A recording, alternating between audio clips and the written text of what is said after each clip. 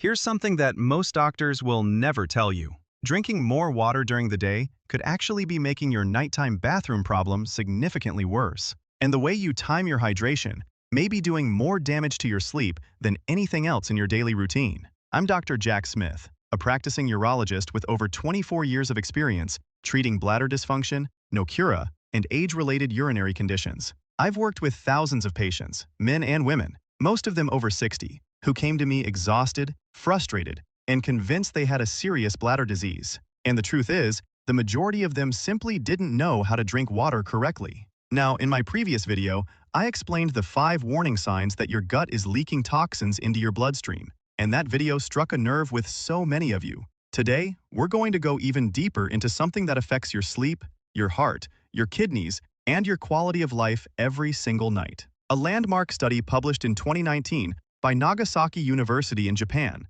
one of the most cited noctura intervention studies in recent years, found that targeted changes to fluid intake timing reduced nighttime urination episodes by an astonishing 40% in adults over the age of 65. 40%. No medication, no surgery, no expensive procedures, just a smarter relationship with water. Before we go further, I want to ask you something. How many times do you wake up at night to use the bathroom? Drop your number in the comments below. And if you're over 60, tell me that too.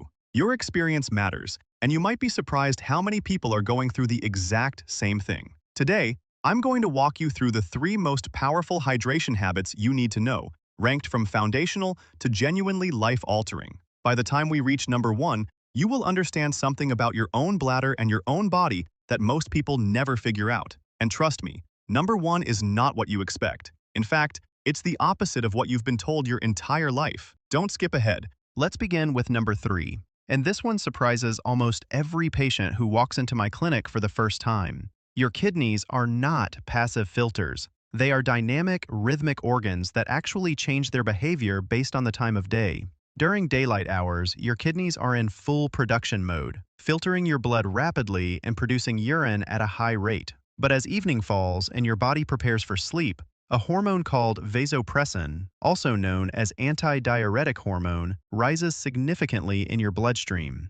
Vasopressin signals the kidneys to slow down urine production, concentrate the urine that is being made, and give your bladder a chance to rest overnight. This is the body's natural design. The problem is, if you drink a large volume of fluid in the 2 or 3 hours before you go to bed, you overwhelm that vasopressin signal. Your kidneys keep producing urine even as you try to sleep, and your bladder fills up faster than your brain's sleep center can suppress the urge to void. A 2020 study from the University of Toronto published in the Journal of Urology examined 412 adults with documented nocturia and found that those who implemented a structured fluid cutoff 2 to 3 hours before bedtime reduced their average nighttime voids from 2.88 per night to just 1.6, a 43% improvement. A separate 2018 study from MRI University Medical Center in the Netherlands confirmed these findings, showing that evening fluid restriction led to a 38% reduction in nocturnal urine output volume in participants aged 60 and above. One of my own patients, Mahi, a 68-year-old retired school teacher from Ohio, came to me getting up 4 times a night. She was drinking herbal tea, water, and juice right up until she turned off the lights. After we implemented a simple 7:30 p.m. cutoff time based on her 10:30 p.m. bedtime, she was down to 1 nighttime void within 3 weeks. She told me she felt like she had her life back. Now, age plays a critical role here. After the age of 60, vasopressin secretion begins to decline measurably. Research from the University of Amsterdam, published in 2017, found that adults over 65 produce up to 30% less vasopressin at night compared to adults in their 30s and 40s. This means that even a modest amount of evening fluid, 2 or 3 glasses, can tip your bladder over its threshold when you're older, whereas that same amount would have been handled effortlessly in your younger years. This is not a disease, it is biology. But it is biology you can work with. To implement this, starting tonight, simply identify your target bedtime and count back 2.5 hours. That is your last fluid intake moment. Set a gentle phone reminder if you need to. Your last beverage should be small, no more than 6 ounces, and it should not be caffeinated or alcoholic, because both caffeine and alcohol interfere directly with vasopressin function and will amplify your nighttime output regardless of volume. This habit pairs powerfully with number 2 on our list, because number 2 addresses what you drink, not just when you stop. And what you've been putting into your body before that cutoff window may be silently sabotaging everything. Coming up next, we talk about the hidden bladder irritants that most people consume every single day without realizing they are sending their bladder into overdrive. And one of them is probably sitting on your kitchen counter right now. Number 2 is where things start to get really interesting, because this is the habit that fundamentally rewires your entire relationship with water. Most people I see are not drinking too much water overall. In fact, many are dehydrated. The problem is the distribution. They drink very little in the morning, a moderate amount at lunch, and then they try to catch up in the afternoon and evening, flooding their system with fluid right when their kidneys need to be winding down. This pattern is physiologically backwards, and it is one of the primary drivers of no cura in otherwise healthy adults. Here's the mechanism your body uses. Your kidneys process fluid most efficiently during the active, upright, and physiologically alert hours of the day, roughly 7 a.m. to 2 p.m. During this window, your body's sodium regulation, aldosterone levels, and renal blood flow are all optimized for high-volume processing. If you consume the bulk of your daily fluid, which for most adults should be somewhere between 1.5 and 2.5 liters, during this morning and early afternoon window, your kidneys clear it efficiently. Your bladder fills and empties normally through the day, and by evening, your body has already done the hard work. What remains in your bladder at bedtime is genuinely minimal. A 2021 clinical trial from Seoul National University Hospital, published in Neurology and Urodynamics, divided 320 no-curia patients into 2 groups: a control group that drank water without timing guidance, and an intervention group that consumed 70% of their daily fluid before 2 p.m. After 8 weeks, the intervention group reported a 47% reduction in nocturnal voids, while the control group saw only a 9% improvement. A 2019 study from Keio University School of Medicine in Tokyo showed that front-loaded hydration also reduced mean nocturnal urine volume by 35% in men aged 55 to 75. I want to tell you about Robert, a 71-year-old retired engineer who came to me after 2 years of waking up 3 to 4 times every night. He was convinced he had prostate trouble, and while we did address some mild prostate enlargement, the real revelation came when we tracked his drinking habits with a 48-hour fluid diary. He was drinking fewer than 400 milliliters before noon, and then consuming almost a liter between 6 and 9 p.m. We flipped his schedule: large glass of water first thing in the morning, consistent hydration through the day, firm stop at 7 p.m. Within 6 weeks, Robert was averaging 1 nighttime void, down from 3.5. His sleep score on his smartwatch improved by 28 points. For those of you over 65, this front-loading strategy becomes even more essential.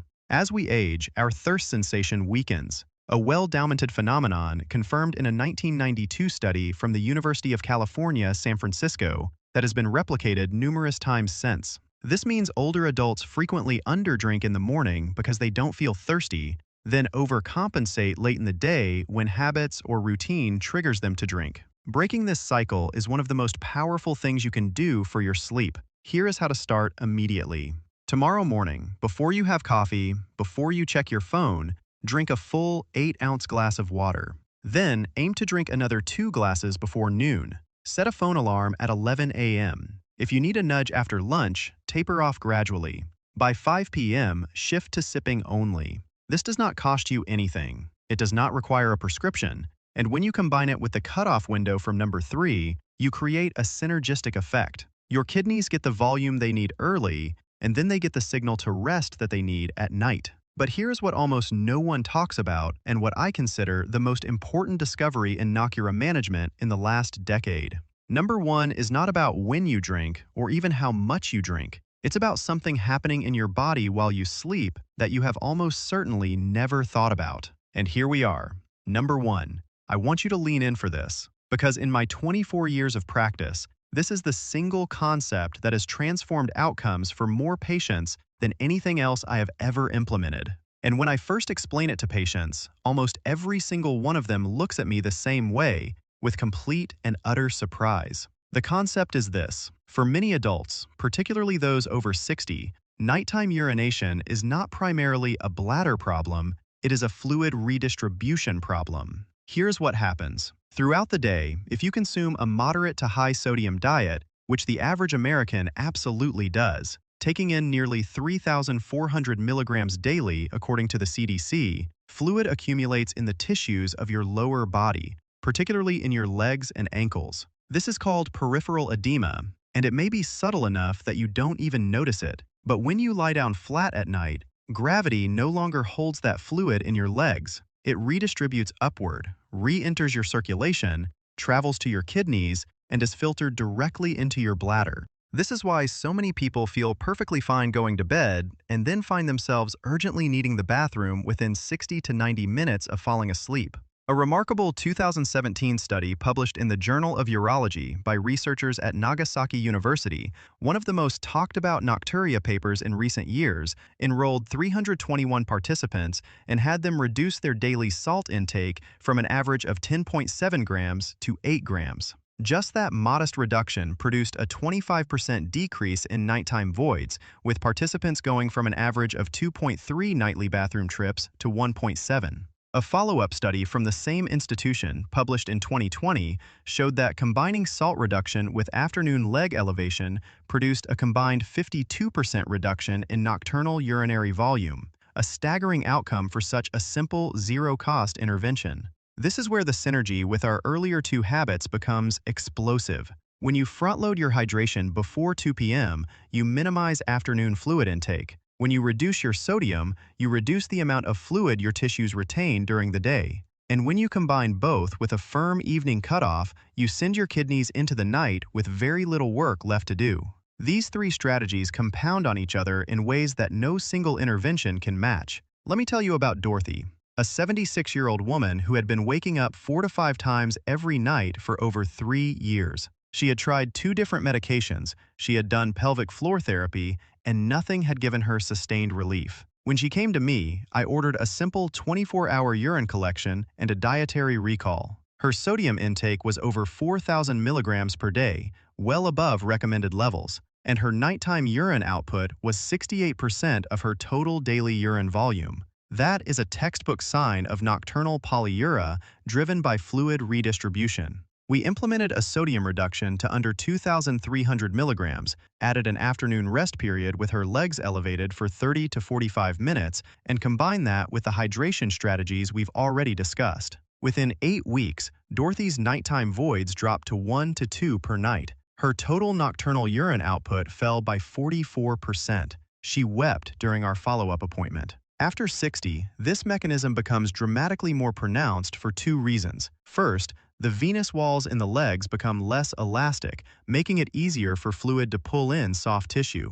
Second, the heart's pumping efficiency often decreases slightly with age, meaning less fluid is returned from the legs during daytime activity. Research from Johns Hopkins University, published in 2016, confirmed that adults over 65 with even mild cardiovascular aging show significantly higher rates of nocturnal polyuria related to this positional fluid shift compared to younger adults. Here is your action plan starting today. First, spend 1 week honestly tracking your salt intake. Read labels. The biggest hidden sources are bread, canned soups, deli meats, and restaurant meals. Aim to get below 2,300 milligrams per day, and if you can reach 1,500, even better. Second, if you tend to sit for long periods in the afternoon at a desk, watching television, or reading, elevate your legs for 30 to 45 minutes before dinner. A pillow under your calves works perfectly. This simple position shift allows your circulatory system to return that pulled fluid to your bloodstream and kidneys while you are still awake and upright, so your bladder handles it before bedtime instead of at 2 a.m. Third, and this ties everything together, combine this with your morning hydration habit and your evening cutoff. This trio of strategies works as one unified system, and the results for patients who implement all 3 consistently are truly remarkable. Now, let's bring it all together. Let's bring this home. Number 3. Establish your fluid cutoff 2 to 3 hours before bed because your kidneys need that time to wind down alongside the rest of your body. And if you're over 60, your vasopressin system needs that buffer even more urgently than it did when you were younger. Number 2. Front load your hydration. Drink the majority of your water before 2 p.m. when your kidneys are physiologically primed to process it efficiently and your bladder can do its job during normal waking hours. And number 1. The one that changes everything. Reduce your sodium and elevate your legs in the afternoon to stop that silent, invisible flood of fluid that migrates from your legs to your bladder the moment you lie down at night. Here is what I want you to hear most clearly. Improving your sleep, your bladder health, and your nighttime comfort is absolutely possible at any age. These are not cures reserved for the young. They are biology-backed strategies that work precisely because they work with your aging body, not against it. Now, I want to know, which of these 3 will you start first? And what is your biggest challenge when it comes to waking up at night? Tell me in the comments. I read every single one, and your question might become the subject of my next video. If this helped you, please hit the like button right now. It tells YouTube that this information is reaching the people who need it most. Subscribe so you don't miss what's coming next. Share this with someone you love who is losing sleep, and leave your thoughts below. Your body is not broken. It is simply waiting for the right information, and now you have.